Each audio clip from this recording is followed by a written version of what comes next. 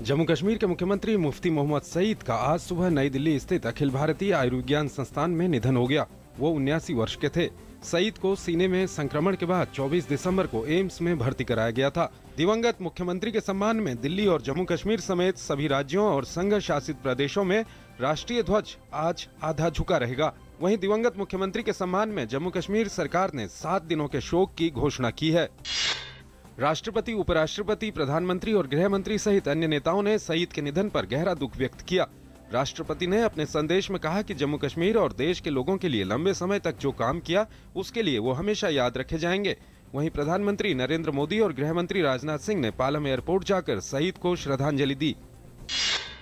जम्मू कश्मीर के मुख्यमंत्री मुफ्ती मोहम्मद सईद के निधन के बाद महबूबा मुफ्ती का जम्मू कश्मीर का अगला मुख्यमंत्री बनना तय माना जा रहा है। सरकार में सहयोगी भाजपा ने भी उनके नाम पर सहमति जताई है। पठानकोट में हुए हमले के तमाम सवालों का जवाब तलाशने के लिए जांच तेज हो गई है। जांच के लिए एनआईए की टीम ने पूरे बॉर्डर इलाके का दौरा किया है और गुरदासपुर के एसपी से भी पूछताछ की। इस बीच बीएसएफ ने बॉर्डर पर 3 तस्करों को गिरफ्तार किया है और इनके पास से भारी मात्रा में हेरोइन बरामद की है। पठानकोट हमले के बाद सीमा से सटे इलाकों की सुरक्षा कड़ी कर दी गई है।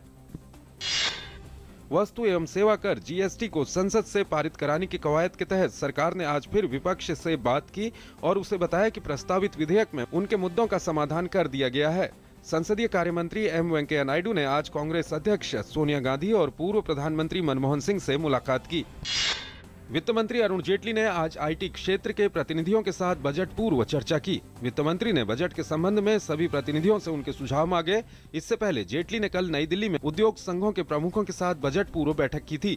उद्योग जगत ने देश में कारोबार को आसान बनाने के लिए विनिर्माण क्षेत्र से न्यूनतम वैकल्पिक कर समाप्त करने, बुनियादी ढांचा परियोजनाओं पर सार्वजनिक खर्च में बढ़ोतरी करने और कॉरपोरेट और सेवा कर पर से सभी तरह के उपकर हटाने की मांग की। विश्व बैंक ने एक बार फिर भारत की अर्थव्यवस्था के लिए तेजी से आगे बढ़ते रहने का अनुमान जताया है।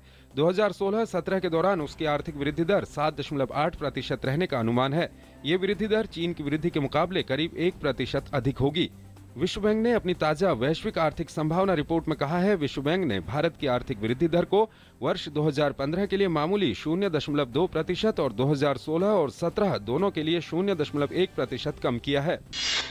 चीन के बाजारों में आज के कारोबारी सत्र में 7% की गिरावट के बाद कारोबार को आज के लिए रोक दिया गया है। चीन में गिरावट की वजह कमजोर होते युआन और विनिर्माण क्षेत्र में कमजोरी को माना जा रहा है। चीन में गिरावट का असर दुनिया भर के बाजारों में देखने को मिला। मुंबई शेयर बाजार का संवेदी सूचकांक आज कारोबार के शुरुआती दौर में ही 400 अंक से अधिक टूटकर 25,000 अंक से नीचे उतर गया। वहीं निफ्टी भी 116 अंक से अधिक गिरकर 7,700 से नीचे आ गया।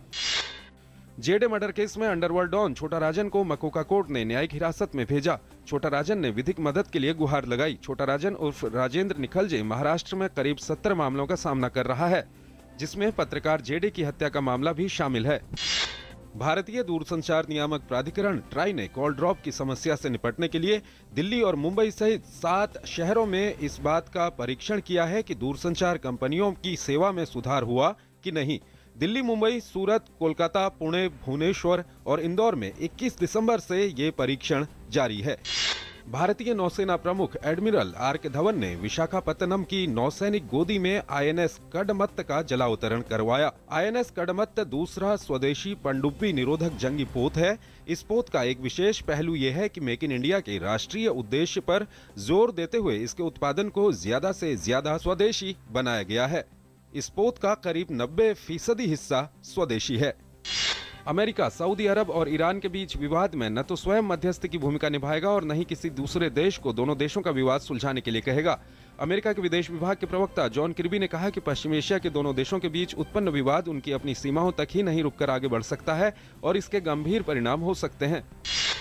संयुक्त राष्ट्र सुरक्षा परिषद ने हाइड्रोजन बम परीक्षण के लिए उत्तर कोरिया की कड़ी आलोचना करते हुए कहा है कि ऐसा करके उसने संयुक्त राष्ट्र के प्रस्तावों का उल्लंघन किया है।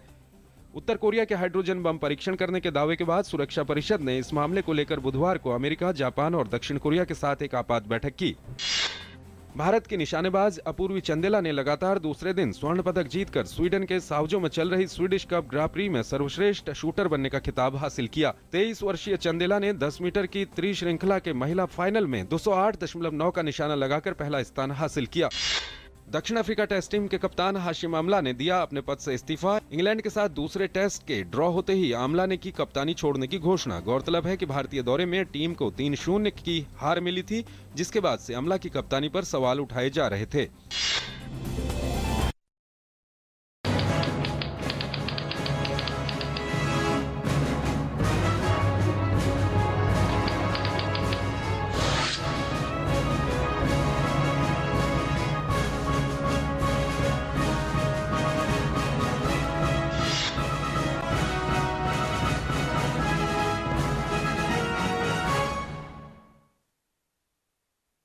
छिड़ चुकी है जंग गंदगी के खिलाफ। नए साल में लें स्वच्छता के लिए शपथ। क्या तैयार हैं आप? मैं तैयार हूँ। मैं भी तैयार हूँ। हम तैयार हैं। मैं अपने सारे सराउंडिंग्स को क्लीन रखूं। प्राइम मिनिस्टर ने हमारा स्वच्छ भारत अभियान शुरू करा है, उसमें एक शुरुआत गंदगी के खिलाफ, एक कदम स्वच्छता की ओर। गंदगी मुक्त स्वच्छ भारत का निर्माण, स्वच्छ भारत का इरादा। शनिवार शाम 6 बजे सिर्फ डीडी न्यूज पर।